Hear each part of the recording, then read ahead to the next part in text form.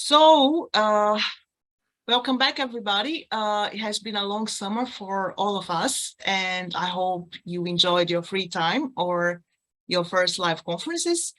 We are happy to restart our Atto Fridays, and we are going to have a hot topic section with early career researchers, and they are going to tell us about, as the name says, some really hot topics. And our first speaker is Heloise Chomet from University College London. She is just waiting for her viva right now. So she is a PhD student at UCL in my group, but almost doctor.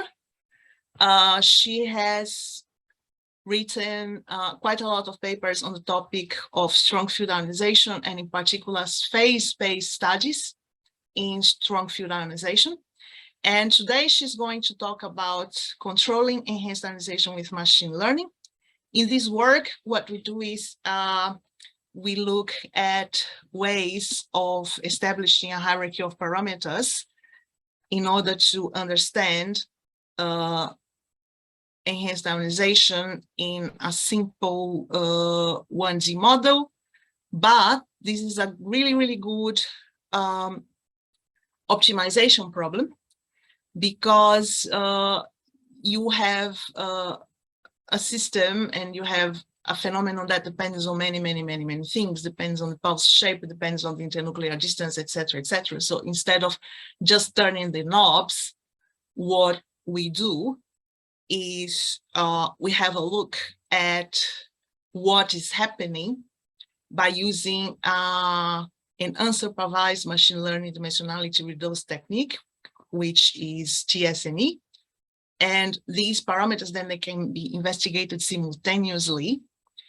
And she then has a look at specifically quantum effects and in phase space, Wigner quasi-probability distributions. And why is this a hot topic? Is because it shows you how you can apply an unsupervised machine learning dimensionality reduction method in strong field ionization.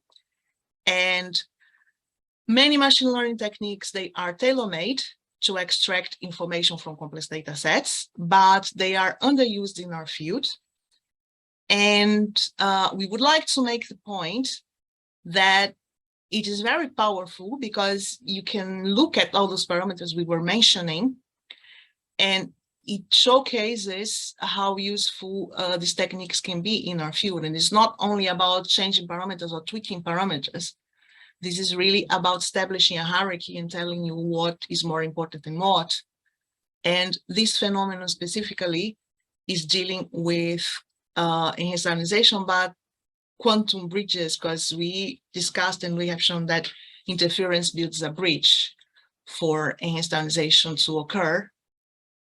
And it's intrinsic to the system, but sometimes it fights, sometimes it is helped by the external field. So she's going to talk about it. We're looking forward to her talk. Heloise, the floor is yours. If you're ready to start, yep, we're ready to listen to you. All right, let me just share my screen. All right, hopefully you can see everything. And we're good. All right, perfect. So thank you for the introduction and for the very nice summary of what the talk is going to be about. So my name is Heloise Chomet. I'm going to talk about controlling enhanced ionization with machine learning. And I'm going to start with, there we go. I'm going to start with a plan of what this talk is going to go through. So first, I'm going to give an introduction of the system phenomenon we're looking at, which is enhanced ionization. And then I'm going to go through the model that we are actually using. After this, I'm going to explain what dimensional reduction is, and I'm going to go quite in detail into how the t-SNE actually works and what are its strengths and what are its weaknesses. And to do this, I'm also going to explain what PCA is, which is principal component analysis, which is another dimensional reduction method and I'm going to compare them so you can really see their differences. And then finally, at the end in section 3, I'm going to apply the t-SNE algorithm to the system of section 1. And while there are many results, I'm going to specifically, for this talk, focus on electron localization and internuclear distance. So, enhanced ionization is a phenomenon that happens to stretched molecules in low frequency, high intensity fields. And it consists of this sharp increase in the ionization rate. Wait, I'm just going to take a laser pointer at specific internuclear distances. So in H2+, several ionization bursts that do not follow the profile of the external fields have been identified. And so those have been attributed to a non-adiabatic following of that external field, but also due to this very intrinsically molecular process that is caused by the quantum interference in between the two molecular wells. So a very good way to both visualize this and also to understand it is to use phase space methods, particularly to have a look at the Wigner quasi-probability distribution. So here I have two of these distributions at two different points in times. So these are plots of position versus momentum. And so what you have here, for example, is the upfield well, and over here is the downfield well. And what you have here is what I would say is the semiclassical escape pathway, and that is the expected feature of ionization in phase space. And what's happening here is that you have some kind of quantum bridge caused by this interference that connects these two molecular wells and brings the population straight to the semiclassical escape pathway. What you also can see here is that sometimes it is going to go opposite to the direction of the external field. And so you're going to get this kind of counterintuitive flow. Now, the important point I'm trying to make is that this quantum bridge is critical for enhanced ionization. And it is also quite sensitive to the choice of parameters that you pick, whether that is the internuclear distance in between the two wells or your choice of initial wave packets. And on top of this, it's going to interact with your external fields. It can go with it or against it. And so the question is, how do you understand and how do you control this phenomenon and the interplay between the quantum bridge and the external field when you have so many parameters involved? And what we're going to use is machine learning dimensional reduction. So our system, it is a one-dimensional, one-electron molecular model, and this allows us to solve the time-dependent Schrödinger equation numerically. And the potential we are using is a soft core molecular potential that you can see over here. And we have added two parameters, ZR and ZL, that will change the depths of these molecular wells. And we're also going to be changing the internuclear distance in between the wells R. Now, the external field we use is going to be a two-color field. And we're going to be varying its intensity, the frequency in between the two color fields, as well as their relative intensities. And we are going to have a phase shift in between them. Now, finally, the initial wave function that we'll be using is going to be a coherent superposition of Gaussian wave packets. So those are going to be two Gaussian wave packets, each localized at either molecular well. And these wave packets are going to have independently varying widths, gamma. So there's going to be gamma of the left one and of the right one. And then for the actual wave function, we're going to combine them. And so we're going to have this parameter alpha, which determines whether our wave packet is localized at one of the wells. So if it's 0, it's the left one, 1 is the right one, or if it's going to be the superposition of both and it's going to be delocalized. And there's going to be a phase shift in between them. So in order to probe the system dynamics, we're mainly going to be using the autocorrelation function. And so what we did at the start is we had a look at what the autocorrelation function looks like when we change all of these parameters kind of randomly to look at the sort of features that come out of it. And we were able to sort them into 3 different categories. So one is what we call constant functions. So those you can see the ionization rate is quite suppressed because the autocorrelation function stays more or less constant. Then we had those that we called other, which was basically everything else. So these are usually these highly oscillating patterns. And then finally, we had sometimes these step functions in the autocorrelation functions. And so those are composed of 2 features. First, a moment of enhanced ionization, so where the ionization rate is very, very strong due to the effect of that quantum bridge. And then a longer period of suppressed ionization, where well, the ionization rate is suppressed. And we wanted to know what created these features and if we could control, for example, the length of the step and things like this. So to summarize, we have this system with, for now, we have a multitude of variable parameters, and we could add even more if we wanted to. And we want to know what combination of parameters give rise to these step functions, which ones are the most important, are some connected to each other. We want to know also why. And the way we're going to do this, because it is a very effective and very fast way to answer this question, is to use machine learning dimensional reduction, and more specifically, a method called t-SNE. So now I'm going to go through what t-SNE is and how it works. So t-SNE, it stands for T-distributed stochastic neighbor embedding.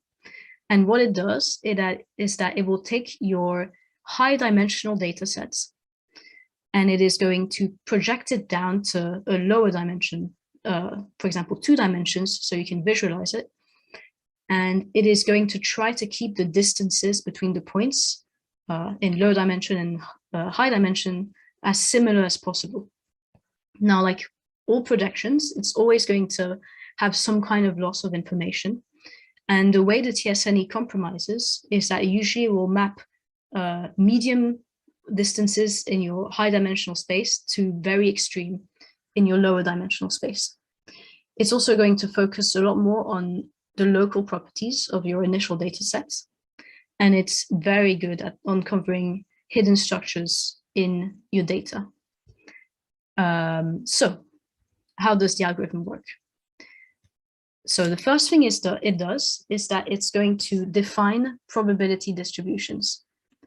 And those are going to be the probability of picking a pair of points in your space. And those are going to be set up such that if the points are close, the probability is high. And if your points are far apart, the probability is low. So just to show you,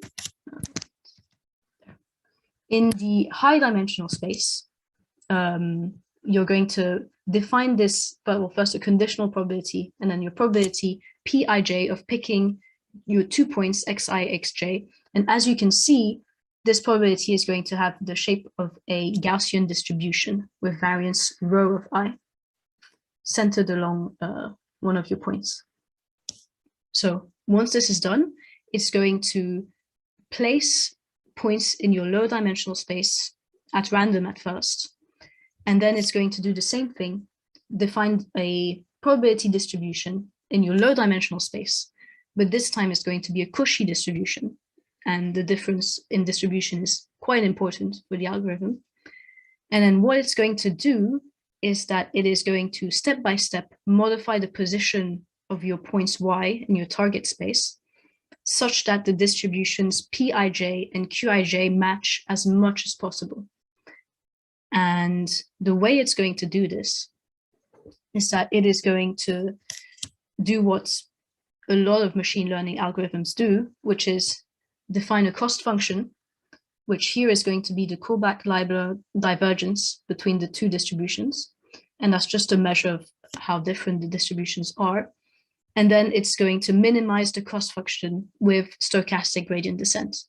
And yeah, that's more of the machine learning parts of the algorithm. So what it does is that it's going to take a stochastic sampling of the cost function, and then from that sampling, obtain an approximate gradient of your cost function. Use that gradient to modify your positions of your points in the lower dimensional space Y. And so, well, this is not going to be completely accurate because you're only using a stochastic sampling. You then repeat this over many, many steps, and this is going to very nicely approximate the true gradient. So that's the t-SNE. That's how it works. And so next, I just want to say, why are we using this as opposed to other dimensional reduction methods? And I am mainly going to compare it to another method that's very widely used and also very, very useful, called principal component analysis, or PCA. Now, PCA, as you can see, it works quite differently. It's a linear dimensional reduction method. And what it's going to do is it's going to obtain the principal components of your data set and then recast your data along the first few principal components, as many as you want, for depending how low of a dimension you want to view your data in. And principal components are just the eigenvectors of the covariance matrix. So visually, what this can look like in a very, very simple example, if you want to go from 2 dimensions to 1 dimension, and this is your data set, what it's going to do is that it's going to find the average of your data set. It's going to recenter your whole data set along that average point, and then it's going to find the first principal component, and that's the line that passes through the origin while minimizing the variance of your data. And then it just projects all of your data points onto that line, and you obtain your data in a lower dimensional system. So here in 1 dimension. Now, I'm going to compare those by using 2 very different examples. And hopefully that will really focus on their different strengths and weaknesses.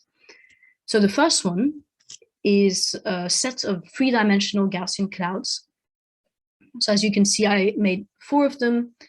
One is much bigger than the others. Some are pretty close. Some are quite separated.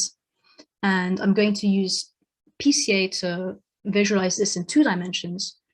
And what you can see is that it successfully keeps the distances between the clusters as well as their size. I mean, pretty much all of the relevant information is very well translated. And then if you use the t-SNE, what you can see is that you do have the very well separated clusters that successfully corresponds to the 4 different Gaussian clusters that I created. But the distance between the clusters, as well as the size of the relative clusters, does not correspond to what it is in the original data set. And that's often going to happen when you use the t-SNE. Its point is more to make well and neatly separated clusters to understand the data, and less to reveal more global information, which would be like their size and distances. Now, this can be changed a little bit when you use a hyperparameter of the t-SNE that you need to be aware of, which is called the perplexity. And so the perplexity is a value that you can change when you run it. And it is going to change what is considered the number of nearest neighbors for every point. And so if you set your perplexity to be very, very high, it is going to get more global information about your system. So for example, if I run this with a much, much higher perplexity, you get something like this, where these 2 clusters were successfully separated by the other 2 blue ones because they're further apart. Now, another example, my second example, is going to be a large data set of handwritten digits. So that's a data set of about 1,800 points. And then each point is going to be an image that's 8 by 8 pixels, and it's an image of the handwritten digits. As you can imagine, they're going to have slightly different shapes. And so each data point is a 64-dimensional data point. So if you want to visualize this, you're going to have to, of course, reduce your dimensions. And now if you use PCA, what ends up happening is that it's very hard to see individual clusters, if any, maybe this one, and it's having a lot of trouble separating the data. And I mean, it's very hard to visualize things using this. On the other hand, with the t-SNE, you end up having these very nicely separated clusters that successfully correspond to the different digits.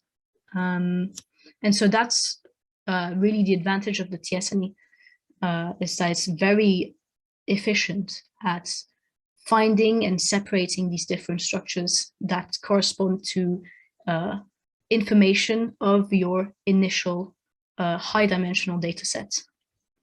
So to summarize all of this, PCA is a deterministic algorithm, as opposed to t-SNE, which is going to give you a different projection when you run it. This is for two reasons. First is that it is a stochastic algorithm. So because you have this stochastic sampling, every time there's going to be a slightly different answer.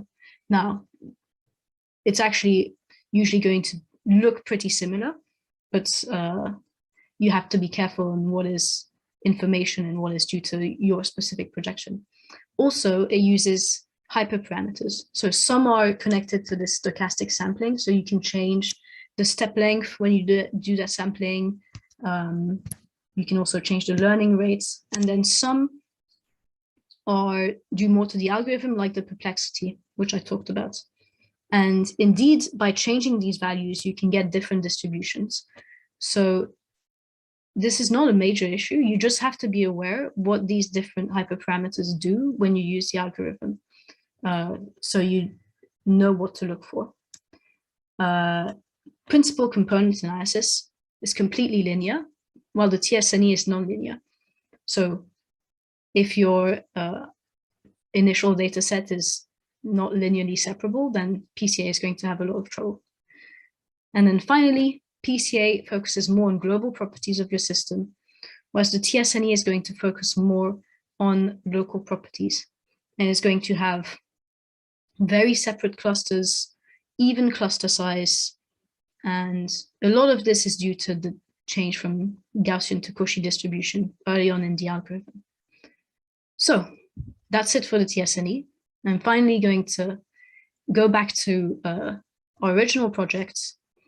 And the first thing we're going to do is create our data points. And those are going to be 12-dimensional data points. Each data point is going to be composed of the value of each parameter.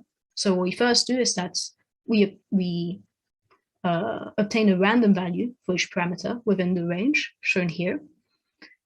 From these parameters, we solve the TDSC, we obtain the autocorrelation function, and then we want to describe the autocorrelation function shape and have it be part of the data point. So we use a decision tree where we check the minimum, whether it's above a certain value, then we label it as constant. We check if there are constant stretches, and that if not, we label it as other. And then if there is a constant stretch, we measure that constant stretch, and we have this decision tree return the actual value of the length. Then we combine all of this to create one 12-dimensional data point. We run this many, many times to obtain our full data set. And then we apply the t-SNE to actually see our data sets. So this is what the projection looks like. So what you can see is that the t-SNE has separated our data into 3 different clusters. And the next thing we're going to do is to look at this projection against any parameter of our choosing. And we can visually very quickly see which ones are relevant and which ones are not as important. But first, we're going to view it as let's say, against the shape of the autocorrelation function. And so this is what we get. So what you can see is that the other and constant autocorrelation functions are all grouped in this cluster, whereas those with step-like features have been separated into these two different clusters. And then on top of this, you can see that those with very long step lengths have been grouped together, especially here. And then in this left cluster, you can see that the constant functions are more to the top, whereas the other functions are more towards the bottom. So next, we can compare this to the same plot, but using a different parameter to quickly see which one has the greatest effect. And the one we've identified is the initial electron localization, because as you can see, it's quite clear that in order to have a step function, you need your initial wave packet to be localized, whether it's at the left well here in this cluster or at the right well over here. None of these clusters use values of alpha that correspond to this more delocalized structure. Now, why is this the case? Well, here you have the autocorrelation function of two examples, and I have the external fields plotted behind it. And what you can see is that in our delocalized case, we have these strong oscillations that don't follow the external field. And this is actually connected to that quantum bridge that cycles the population back, which I talked about in the introduction. Whereas in our step function, we have a strong ionization, enhanced ionization, and then as soon as the field changes sign, we have a period of suppressed ionization, and it keeps on going into the step-like behavior. So next, I'm going to show you the evolution of the Wigner quasi-probability distributions for these two examples over this time period. So you'll be able to see one step, and there's going to be one change in the field direction. So starting with the delocalized wave packets. So at the start, you can see we have our initial delocalized wave packet. We have quantum interference in between the left and the right molecular wells. And as it evolves with time, you can see that the population cycles to and from the molecular wells at a frequency that is higher than that of the external field. So we get this oscillating feature. On the other hand, if we start with our localized wave packets, we see that at the start, we have a very strong ionization feature, bringing the population to the continuum. And then when the field changes direction, this wave packet is now localized downfield. And so the entire ionization rate is suppressed. And then it's going to swap in between these two configurations, giving this step-like structure. So another parameter that I'm going to talk about that also has, I think, quite an interesting effect is the internuclear distance. So what you can see is that when our wave function, when our autocorrelation function has this stepwise behavior, the internuclear distance stays relatively close to this value of 7. So mid-range, usually not too extreme, even high or low internuclear distance, relatively, of course. And on the other hand, if we look at these, what happens when our autocorrelation function is constant, the internuclear distance is often very high, and when it's oscillating, it's often very low. And so these plots are all with a localized wave packet. So it's not because of this delocalized feature. So next I'm going to show you the Wigner evolution for that system as well. So for the step function, it's the one I just showed you. For the constant, it's this one here. So the internuclear distance is quite large. And the difference between that and what we have earlier, what you can see is that the quantum bridge at the start is very, very weak. And that is because the two molecular wells are just too far apart. So instead of having this enhanced ionization, you just get suppressed ionization throughout the whole period. On the other hand, if you have a very short internuclear distance, you end up having a very strong quantum bridge because the molecular wells are so close together. And it's actually so strong that it fills both wells simultaneously and recreates that quantum interference that was present in the delocalized case. And so you have that cyclic motion that comes back, despite the case that we started with a localized wave packet.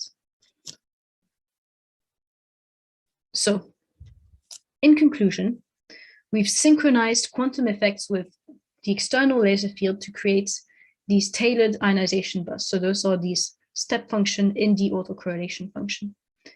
And we've projected our multidimensional data sets onto 2 dimensions using the t-SNE. And with this, we could very quickly establish a hierarchy of parameters and emphasize the key role of electron localization in dissociating molecules.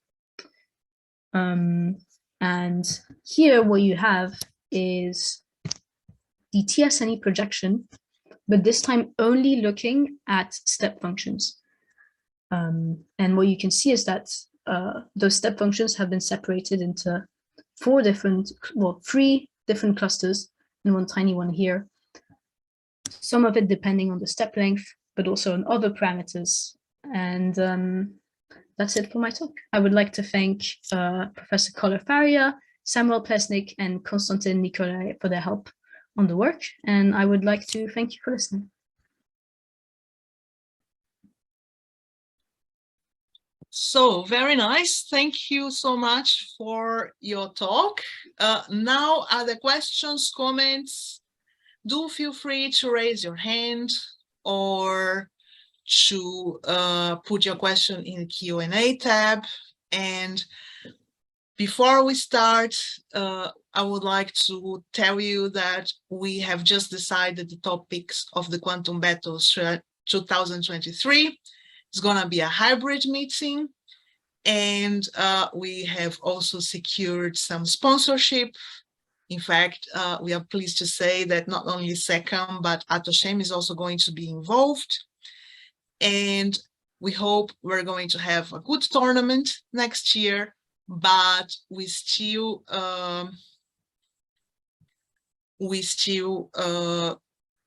continue with the Atto Fridays as a service to the community. So it would be great if everybody could join. So I don't see any question. I think people are shy today. Ah, there's one. Very good. Tran Trung Lu. I hope I mentioned you properly. Thanks for a nice talk and congrats on your results. I can see that your starting wave function is likely not the accurate ground state, even for the model potential. Did you check the results change if you have accurate ground state? Well, I feel like a lot of it is due because it's not in the ground state, right? Like it's because it's not in the ground state that you have this quantum bridge that cycles the population around in the molecular well. So I don't know if that answers your questions. No, I don't know. I think he wants to know what happens to the ground state. And we did some studies, but it's not the objective of the work, because we really wanted to see how can we control a wave packet with regard to all these parameters, and how can you control the bridge. So we did check, and we have some studies in which we consider 2 Gaussian wave packets very close to the ground state. But as Heloise says, you just have some change in the behavior, and it wasn't really the objective of the work. If you're not starting with the ground state, then your system will evolve even without the external field. Yes. Yes. That's the point. Okay, go ahead, take it over. I mean, yeah, exactly. That's the reason why this quantum bridge is happening independently of the external field, is because the it's because sorry, I lost my train of thought. Because it's not in the ground state is why you have that quantum bridge cycling the population around, even when you use no external field. And so when you add the external field, you have these two phenomena happening at the same time. And so sometimes the population will flow opposite to the external field. Yeah, and this is an important point, because what is happening is that there are interpretations of these circling. And in fact, before we coined this quantum bridge, this term is known as momentum gate. It was done by Takamoto and Becker, and they found this rotation, but it was associated with a non-adiabatic response to the field. But we have verified that even if the field was static, this would still rotate. So our conclusion was that their explanation to say, okay, you have some effect because the system is responding to the field, it wasn't accurate, because we saw this even in the absence of the field, we saw this everywhere.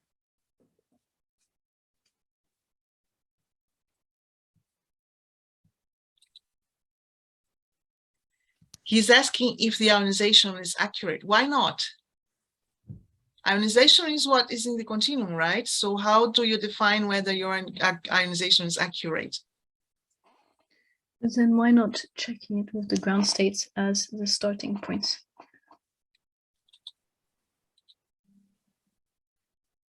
We checked, but it wasn't as interesting. And part of the enhanced ionization is that it's not always in the ground state. Exactly. So you're changing the physical problem.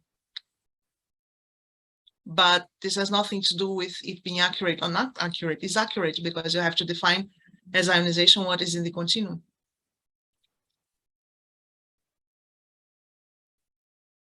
Further questions?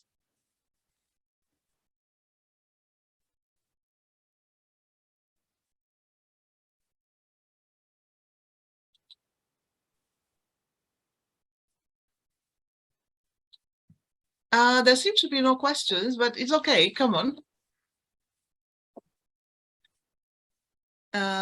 If anybody would like to ask something, go ahead. But it is just, we checked, but it looked okay, but it wasn't what we're looking for. You were just changing the physical problem.